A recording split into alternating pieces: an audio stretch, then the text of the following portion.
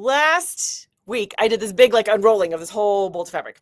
And I had more than one of you say, we got to see the bags. So I thought I would share what I historically would do with that big old bolt of fabric. And we can talk about kind of the construction of some of these things. So are you ready?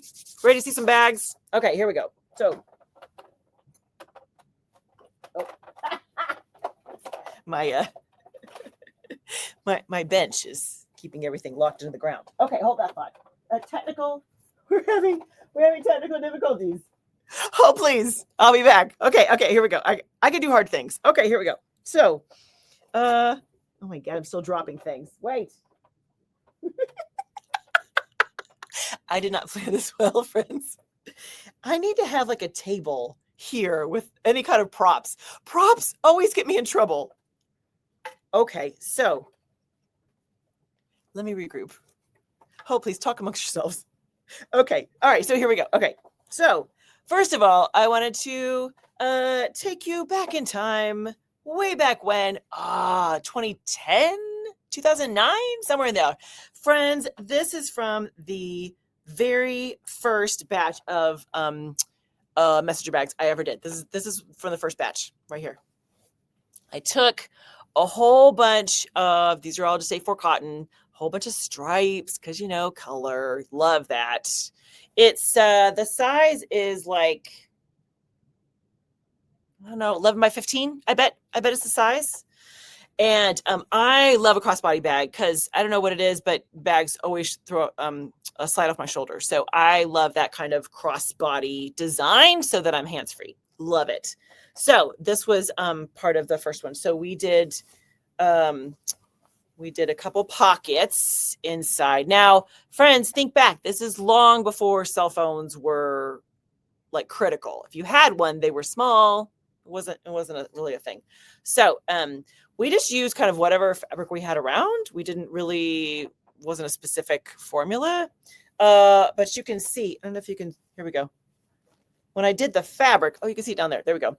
You see the fabric, I would just change the weft on occasion. And this is when I was just using one weft in the fabric. So this is a kind of a slubby white, and this is a solid kind of a greenish color. And then whatever kind of big old button I could find. Now let me think about this. I think the first round I did a snap, like a big old snap. And then for a while I didn't do anything, thinking that the flap would be heavy enough, but I still had people who were like, no, I have to be able to kind of close the bag. So we tweaked the design shortly after that. But I was like a big old, 1 inch, 1.5 inch button just for a little decoration to break up the big flap. So this is from like the OG round of messenger bags right here. So over time then, as you can imagine, we went through a lot of iterations and came with different variations. The size never really changed. The size always stayed the same. The strap got a lot longer because my friend Lisa, who is 6 foot, said, hello, you need to add about 9 inches to the strap. I am 5'3", so it's fine for me. She's like, no, honey, this is under my armpit. I need much more length. So we added 9 more inches to the strap. So it was long enough for any amazing giant, any tall drink of water that wanted to wear it. So this is from one of the last batches that we did here. So you kind of see how my style with the fabric really kind of morphed into something really specific with the kind of combination of warp and weft going this way. And this is actually pretty unique. We just did like a lining fabric here. I love to pair the bags with like a men's suiting material. I love that kind of, there's still a design on the inside, but for whatever reason, we just did kind of a traditional lining here. We still had the 2 pockets. We changed the pockets over time. These are both bigger so that a lot of cell phones will fit in there. I wonder if mine fits. Yeah. Some of the big ones now may not. But still carries plenty. It also has a hidden magnet. That was one of the things that we kind of played with, is that it has, have you seen these where you can sew in the one side and then have it sewn in here so you don't see magnet parts, but when you put the flap down, it catches? we learned we had to have a high voltage one. Is that the right word? A high voltage magnet, because this fabric is just dense enough that we couldn't do any kind of wimpy magnet. We had to have like Mac Daddy magnets. So this is kind of the last iteration of the handbags when we were doing them consistently. And I bet, I mean, I've made a few over the years, but the last time we really did them with any kind of intention was probably 2019, probably 2018. Somewhere in there. Anyways, but that wasn't the only size that we did. When we first started, I had that size, and then I called them little mini bags, which were like a really tiny one like this. Now, here's what we've done, and you'll appreciate this because you've lived through the days. So when we started, it was like this, right? Sweet, cute, but friends, the cell phones outgrew it in no time. So then all of a sudden, every cell phone, you couldn't put the cell phone in and close the flap. So we went back through a couple of years ago and we just kind of tweaked it so that these have little snaps to them. We didn't do the magnets here, the little snaps. And then do like that. Smaller strap here. And you could find, I think I use Seattle Fabric is the folks that I always use for my straps, whether it be the heavy duty cotton woven ones, or this is a nylon kind of thing. Anyways, these then have just one little pocket in there. And these then could be, if you want to carry, like phone could go here, ID, like that kind of idea. But I also had a friend who went through a phase when she was making her own ceramic buttons. Look at this button. Isn't that pretty? So basically I was like, I will buy whatever you make. So I had a whole bunch of like handmade ceramic, funky little ceramic buttons that went on the bags, which was just kind of fun. So this was like big seller really early on, but then the cell phones outgrew it and people were like, it doesn't really work for me. Do you know what I mean? So ultimately then it's like Goldilocks. We had the big one, we had the little one, and now we need one in the middle. So what we did was we came up with this size, which is it's like a 9-inch square, basically. It's kind of the size of it. So that's not a handmade button, but that's kind of a funky, it's got little angles to it. Anyway, so we came up with this kind of size, and I think we just called it like a travel bag, like something in between. Same, has the hidden magnets, same kind of idea. One big pocket on the inside, but the size seemed to kind of resonate better because then it could fit like all the cell phones, and you can still fit a book in there. That's always one of my indicators. I'm like, can I put a paperback in there? I know, so old fashioned. I know I could probably read a book on my phone. I realize that. But I like a book. So this was the version that we came up with, kind of that middle size there. Yeah.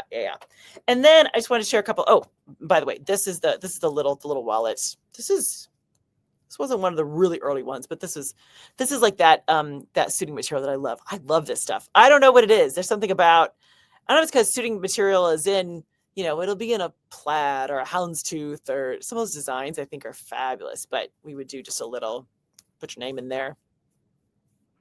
What we learned too quickly is, as far as what we learned, listen to me, like I'm sewing any of this. I'm not sewing any of this, friends.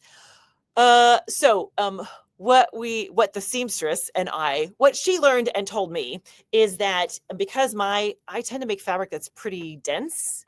And so it was always one of those where whatever you cut for the lining had to be like small. You couldn't cut my fabric and the lining exactly the same, because then the lining would pucker. Does that make sense with construction? Because the way this had to turn, you lost more of the hand woven than you did.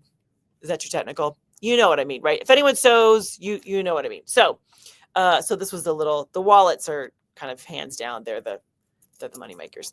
But we also over time did some other kind of funds. This is a little clutch, Okay, here's what I always thought was fun about this one is that, friends, this is a bra strap we used for the little around your wrist, little wristlet parts. So fun. But you know what? It's comfortable, it's stretchy, it works, so you get it on the go. So fun. So this one was meant to be just kind of a just a little clutch. We did it so that you could take the little wristlet off if you were like traveling with it and you didn't want this in the way. You could take that off.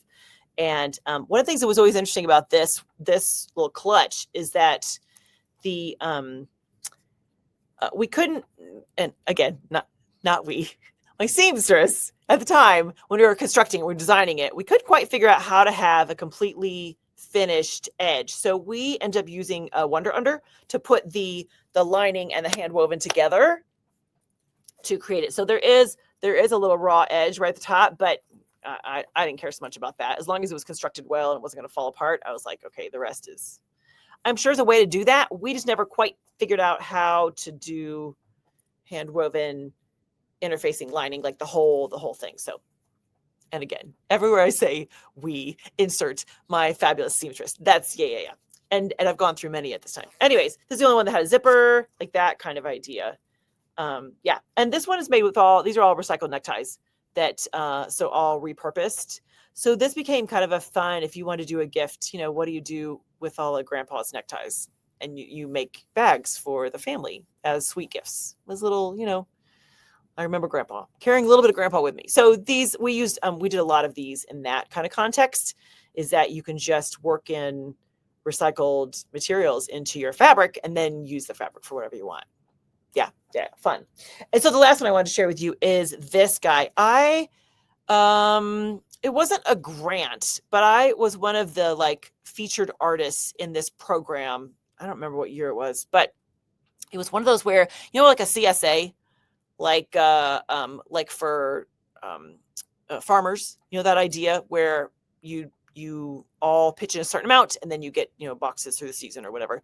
Well, we had this pair of ladies in the area who developed an art CSA basically, and people paid, I don't know, it was like $175. And then they had 5 featured artists, and those artists then made items for everybody. So you got this box of goodies then of all this original art for you. So, and I had been wanting to make an eyeglass case.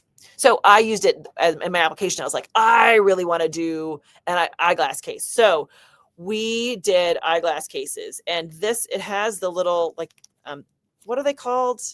The little snap with the tension.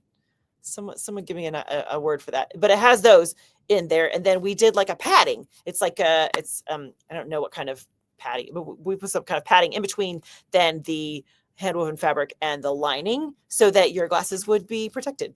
Now we did, this size is pretty small. These would be for cheaters, but later down the road, we also did a wider one if you're doing sunglasses that were like Jackie O sunglasses kind of thing, whatever.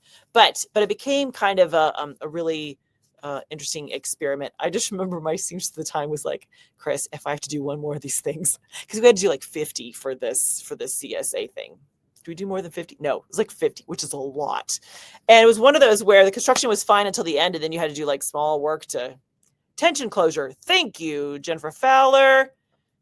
Snappy things. Sue Ann, that's exactly right. The snappy things. Yes, yeah. Anyways, so that was one of the other kind of fun items that we made. Not to mention that, I did home goods as well. So I did pillows and runners, which I'll be honest, they never really sold well for me. And I think it was just kind of the context. People didn't necessarily go to an art fair thinking I'm going to buy handwoven pillows. I sold a few. But the towels, I'll tell you my towel story really quickly. So when I first started weaving, I was like, I don't want to make towels. Why do I make towels? I just was anti-towel when I first started. I'm like, you can get a towel anywhere. Why would I spend all that time making a towel? And I was at a show in Nashville. My sister lived there at the time. And this girl, listen to me.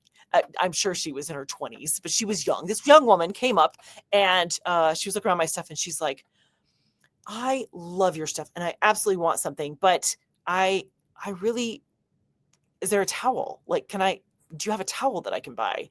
And I was like, oh, it's a lot of work, to price it correctly, whatever. And she's like, is there any way? And I was like, I tell you what, I will do a towel project and I will let you pick the one you want. And then I will sell the rest. And if it goes well, then I will consider putting towels in the regular kind of lineup for shows going forward.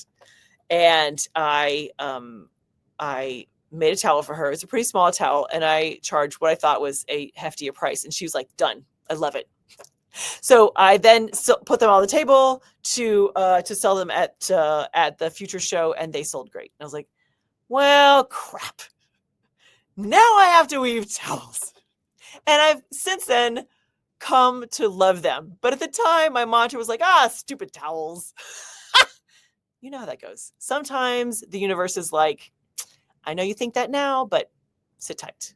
So anyways, so that was the lineup. Those were the things that I made for many, many years. And I don't regret any of that. I learned so many things and had a very good time making all the stuff. It was, yes, it's part of your history, right? So, yeah, Christy Lofton and Connie are like, towels are my jam. Yes. Yeah. I mean, towels. Now I'm like, I've been converted. Yes. I'm all for towels. Back in the day, I was like, no, I don't want to make towels. You can get towels anywhere. Yeah. All right, friends. Thank you for bearing with me. That was quite the trip down memory lane. Let me catch some of the comments from you. Connie says, I make glasses cases that are longer so the top folds over and use a snap, a button, or a magnet. Oh, that's a smart idea, Connie. Yeah, so that you can, you've got here, let me get it. So you've got like this part here, and then you just make it longer so it just kind of covers. That would give you a little more freedom too for if you had taller glasses or shorter glasses. That's smart. I like that. What else? Hi, Caroline. Said how to put Velcro on bag, hand sewing. Velcro. You know what? I'm always terrified of Velcro because the hand woven stuff would just, does it catch everything? So I tend to avoid that with a 10-foot pole. I don't do much with Velcro and hand woven. I just don't know that they're best friends. I think you could quickly end up with really, really fuzzy fabric. And I was like, I want to choose when I have fuzzy fabric. I don't want that Velcro to be making fuzzy fabric when it's not supposed to be. That's, yeah. Oh, you like the bra strap idea? Yes. Purse clutch strap and a spare rock could double to help bring down rampaging giants. Yeah. Yeah. Oh, yes. See, Carol's like, yeah, linings are typically smaller than the outside fabric. Yes. See, I did not know that. Yeah. See, I didn't know that. Oh, thank you, Christy Lofton. How are the handles attached? Let me show you. Yes. So, and here is part of the reason I have multiple seamstresses is that, like on these bags, is that what you mean? These, I take them to a seamstress that has an industrial machine.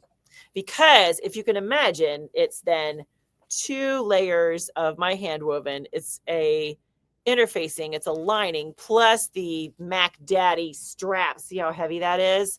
So she goes in and does a little, let me see if I can show you.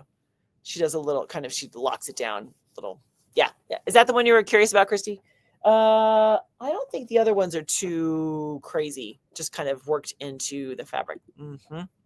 Yeah. Okay. All right, friends. I hope that was fun, and you maybe picked up a couple little ideas for future things that you could make, because I'm all for making some bags. They're fun, and I always kind of feel like then you get to wear your art just like you would a scarf, like that same kind of idea.